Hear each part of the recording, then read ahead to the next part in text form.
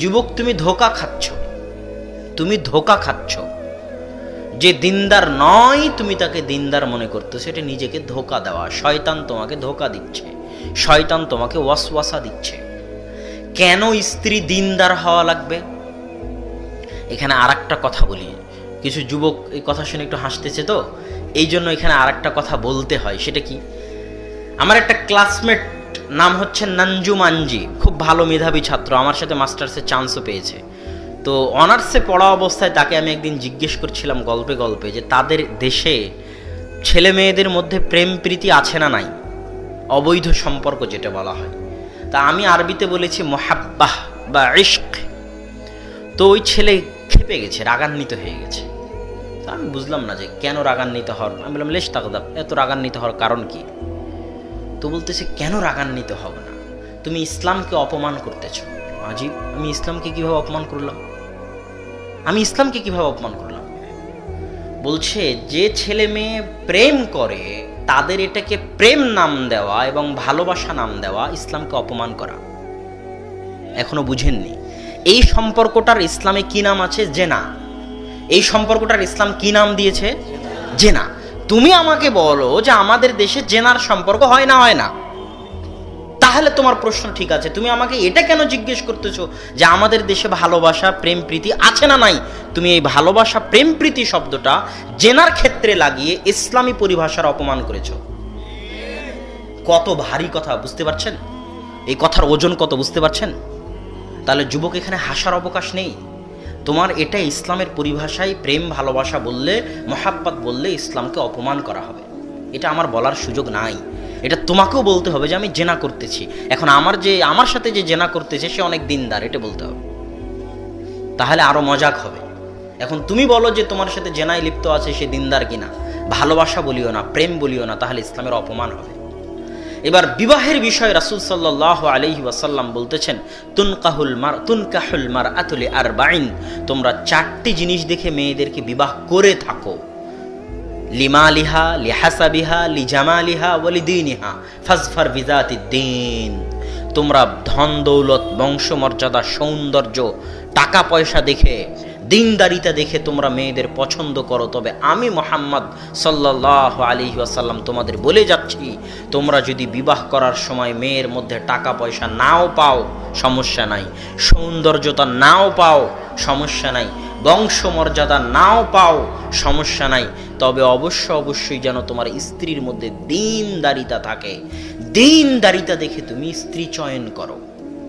এখন যুবক বলতেছে যে আমি যার সাথে প্রেম করি সে অনেক দিনদার, 5 ওয়াক্ত সালাত আদায় করে। এর চাইতে হাসি মজাকের কিছু আছে?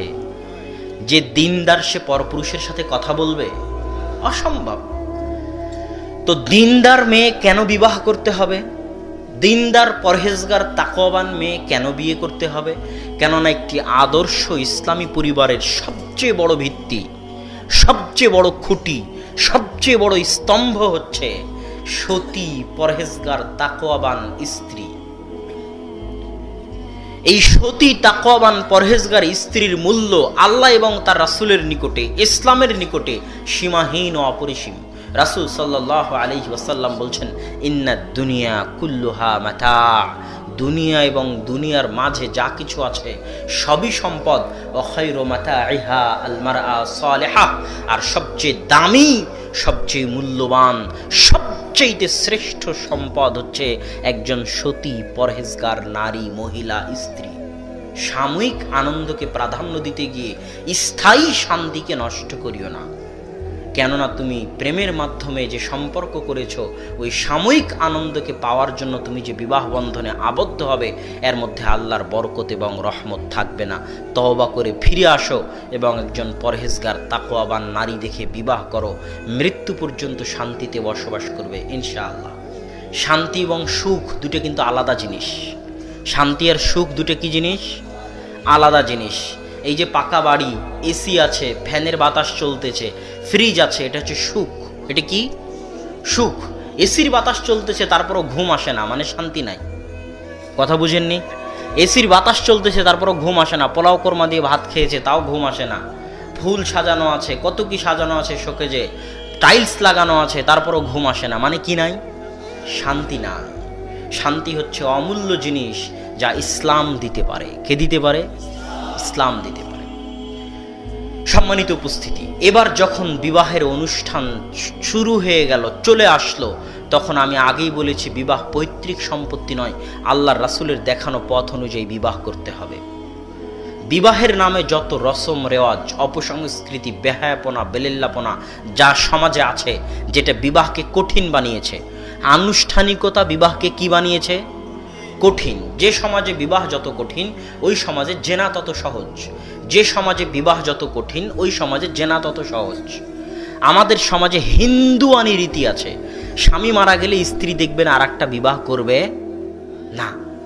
আমাদের সমাজে আছে না নাই? মুসলমান সমাজে এটা হিন্দুদের নীতি, জেনা করবে কিন্তু আর একটা বিবাহ করবে না। এটা কাদের নীতি? হিন্দুদের নীতি। আরে খাদিজা রাদিয়াল্লাহু তাআলা আনহা থেকে শুরু করে, উম্মে সালামা রাদিয়াল্লাহু তাআলা আনহা থেকে শুরু করে, তাদের স্বামী মারা গেছিলেন।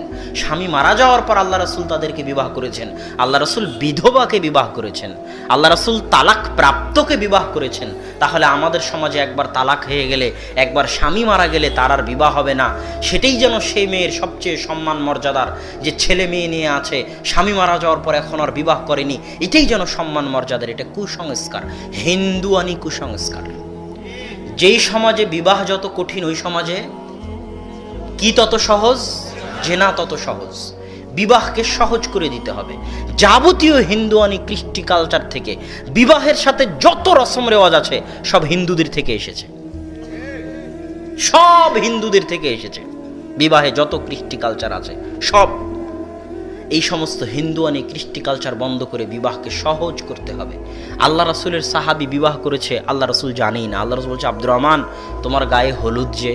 তো বলে, আল্লাহ রাসূল আমি বিবাহ করেছি। আল্লাহ রাসূল জানেই না। আল্লাহ রাসূলের দরবারে একজন মেয়ে এসে বলছে, আল্লাহ রাসূল আমি আপনাকে বিয়ে করতে চাই। আল্লাহ রাসূল রাজি হলেন না।